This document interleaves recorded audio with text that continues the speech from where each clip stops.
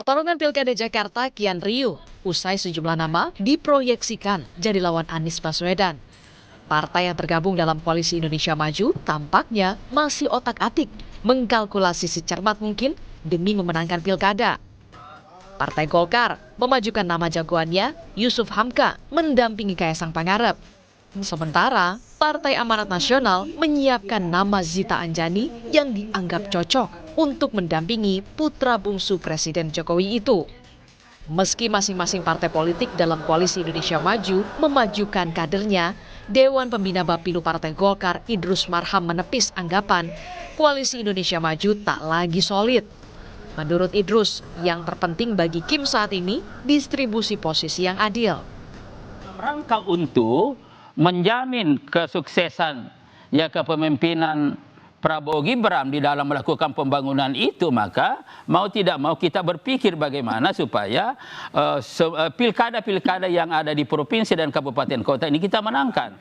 Dan yang terakhir adalah ujung-ujungnya memang nanti Kim harus solid dengan pertimbangan-pertimbangan yang ada, dan salah satu di antaranya adalah distribusi posisi harus adil. Oke, distribusi.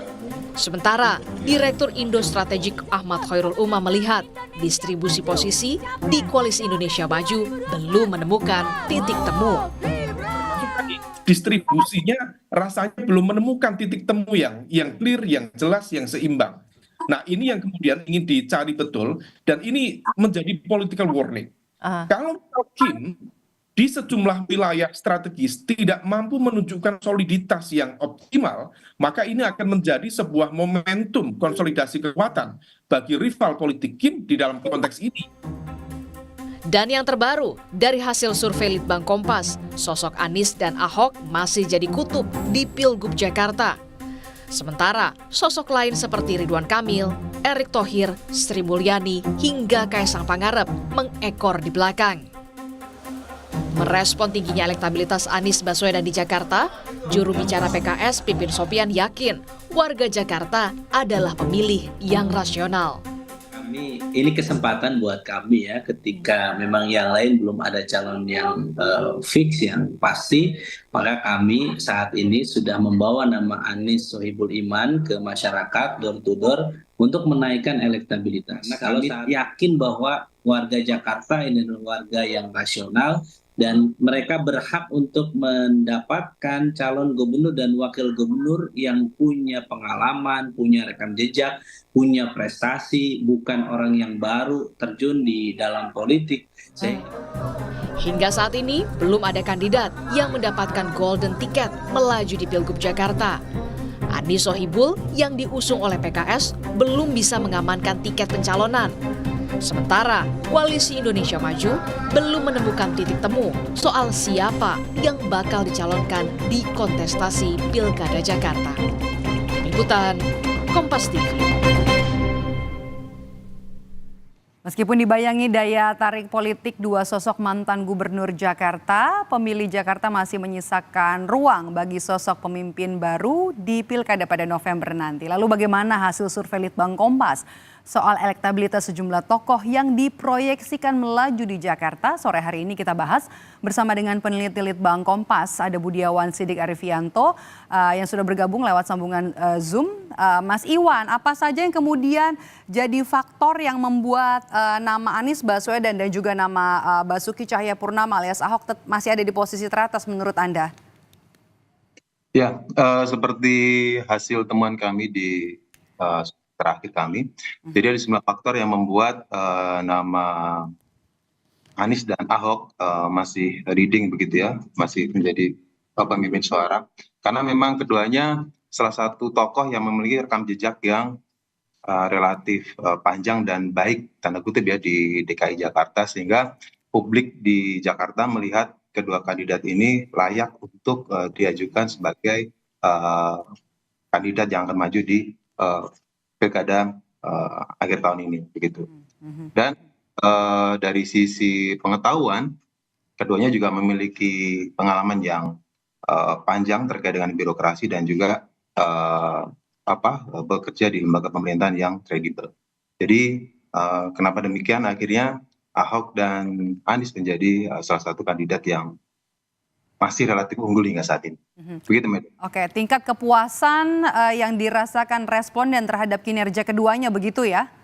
Ya, seperti itu. Jadi karena mereka pernah melihat rekam jejaknya di Jakarta, Ahok dan Anies memiliki tingkat kepuasan yang relatif tertinggi di antara nama-nama lain yang diusulkan oleh responden begitu. Jadi ada seperti gambaran ya kalau responden ini ingin melihat keduanya bertarung lagi di Pilkada Jakarta.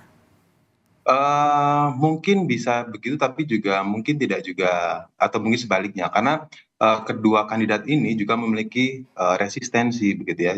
Kalau seandainya nanti Anies maju, tingkat resistensinya juga ada sekitar 17%. Jika nanti Ahok maju, juga memiliki tingkat resisten yang relatif sama sekitar 17%. Artinya kedua kandidat ini memiliki rekam jejak politik yang mungkin kalau ini diajukan bersamaan akan menimbulkan keterbelahan atau polarisasi di masyarakat. Kalau kita melihat dari gambaran datanya seperti itu. Oke, kita lihat juga yang menarik Mas Iwan di posisi ketiga ya, dan seterusnya setelah nama Anies Baswedan, kemudian ada nama Ahok, ada juga nama baru seperti Ridwan Kamil, kemudian juga Erick Thohir, Sri Mulyani. Ini kemudian bisa disebut sebagai celah peluang sosok barukah yang akan bersanding atau bertarung di Pilgub Jakarta, Anda lihat? Ya, kalau bicara peluang masih sangat terbuka peluang karena PKS sebagai partai pemenang di DKI juga belum mengantongi cukup suara saat ini dia mengajukan secara tunggal gitu. Artinya mereka perlu berkoalisi dengan partai manapun untuk mengusung pasangan kandidat dalam Pilkada DKI. Nah, terkait dengan sejumlah nama-nama yang setelah Anies dan Ahok, memang ada sejumlah nama yang tidak asing bagi publik ya secara umum gitu ya. Di situ ada Erick Thohir, ada Sri Mulyani, ada Andika Perkasa, ada Kaisang dan seterusnya gitu ya. Nah, tinggal bagaimana partai politik melihat peluang ini sebagai celah kemenangan bagi kandidat yang akan diajukan. Karena itu tadi publik di Jakarta itu publik yang relatif rasional. Mereka juga melihat rekam jejak dari kandidat-kandidat yang diajukan, sehingga siapapun yang menjadi pasangan akan menjadi pertimbangan untuk dipilih di pilkada mendatang. Begitu. Oke, kami mau hadirkan lagi di sini Anies Baswedan tadi elektabilitasnya 29,8, kemudian juga Ahok 20,0%, RK 8,5, kemudian Erick Thohir 2,3, kemudian juga ada Sri Mulyani 1,3, Andika Perkasa 1,0%, dan Kaisang Pangarep 1,0% nih, Mas Iwan. Ini menarik ya, Kaisang elektabilitasnya hanya 1% di Jakarta. Yang Litbang Kompas lihat apa faktor resistensinya? Padahal kan Kaisang ini dijagokan Koalisi Indonesia Maju untuk maju di Jakarta. Ya, mungkin bisa mereverse dari jawaban sebelumnya, karena publik di Jakarta itu secara umum publik yang rasional. Jadi siapapun yang maju di sana itu dilihat salah satunya dari rekam jejaknya begitu ya. Nah, Kaisang ini sebagai sosok baru yang mungkin popularitasnya tinggi, tapi publik di Jakarta belum melihat ini sebagai celah kemungkinan dia bakal maju sebagai sosok yang bakal dipilih dalam pilkada mendatang. Memang Kaisang bisa jadi dia relatif tidak populer di DKI Jakarta, di Jakarta, tetapi tidak menutup kemungkinan Kaisang populer di daerah lain, karena hasil survei kami yang akan kita rilis di lusa begitu ya terkait dengan pilkada di Jawa Tengah, Kaisang salah satu sosok yang popularitasnya relatif sangat tinggi. Artinya ketika ia tidak maju di DKI, ada kemungkinan dia bisa maju di wilayah lainnya, misalnya di Jawa Tengah gitu. Oh, itu tadi soal Kaisang ya. Oke, kita bahas soal potensi keterpilihan Anies, Ahok, RK dan juga Kaisang bagaimana nih? Apa yang bisa dilihat dari hasil survei terbaru dari Litbang Kompas? Ya, sebenarnya kalau dilihat dari misal dari 4 kandidat tadi yang disebutkan begitu ya, memang masih terbuka peluang bagi siapapun untuk memenangkan kontestasi. Tapi yang patut kita perhatikan, Anies dan Ahok itu relatif memiliki tingkat resistensi yang cukup tinggi di Jakarta. Tetapi kalau kita lihat pemenang ketiga yaitu Ridwan Kamil begitu ya. Ini memang dia untuk saat ini dia relatif di urutan yang relatif suaranya tidak banyak, sekitar 8%. Tapi tingkat pengetahuan masyarakat Jakarta terhadap sosok Ridwan Kamil, tingkat kesukaan dia terhadap Ridwan Kamil itu termasuk tinggi. Dengan demikian, kalau seandainya Ridwan Kamil diajukan atau dipasangkan dengan pasangan 1 atau 2, kemungkinan besar akan menjadi celah kemenangan yang bisa jadi membuat pasangan ini memenangkan kontestasi di pilkada. Oke, hari ini kan Litbang Kompas, Harian Kompas juga menulis nih celah peluang dalam bayang 2 sosok ya. Dari sosok Anies Baswedan dan juga sosok Basuki Cahayapurnama. Hari ini juga ditulis bahwa sebagai kota kapital yang memegang peran sentral di Indonesia, sepertinya rakyat Jakarta ini tidak mau coba-coba untuk memilih calon pemimpinnya untuk 5 tahun ke depan. Ini seperti jabatan birokrasi, kemudian apalagi sosok yang dilihat oleh responden yang diuji oleh yang dipilih oleh Litbang Kompas, sosok seperti apa kemudian yang bisa menggunakan celah ini menurut Anda atau hasil dari Litbang Kompas?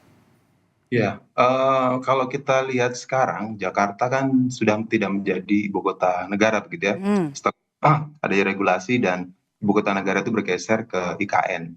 Artinya Jakarta akan bertransformasi menuju kota global, kota yang memiliki standar kelas dunia begitu ya. Artinya membutuhkan pemimpin-pemimpin yang kredibel dalam banyak hal. Salah satunya dari rekam jejaknya, pengetahuannya, keterampilannya dalam membenahi sejumlah permasalahan. Karena kalau dari hasil riset kita, permasalahan-permasalahan klasik seperti kemacetan, polusi udara, gitu ya, kemiskinan, kriminal itu masih menjadi catatan penting bagi responden terkait dengan kinerja pemerintah, baik itu pemerintah provinsi ataupun pemerintah kabupaten kota yang ada di Jakarta. Artinya sosok figur pemimpin yang hadir di Jakarta itu adalah pemimpin yang tanda kutip paripurna gitu ya. Mereka memiliki visi masa depan terkait dengan Jakarta sebagai kota global, tetapi mereka juga harus paham banyak permasalahan laten yang masih terjadi di Jakarta hingga saat ini. Jadi mereka harus membenahi dari bawah, tetapi di saat bersamaan mereka punya visi ke depan untuk membangun kota yang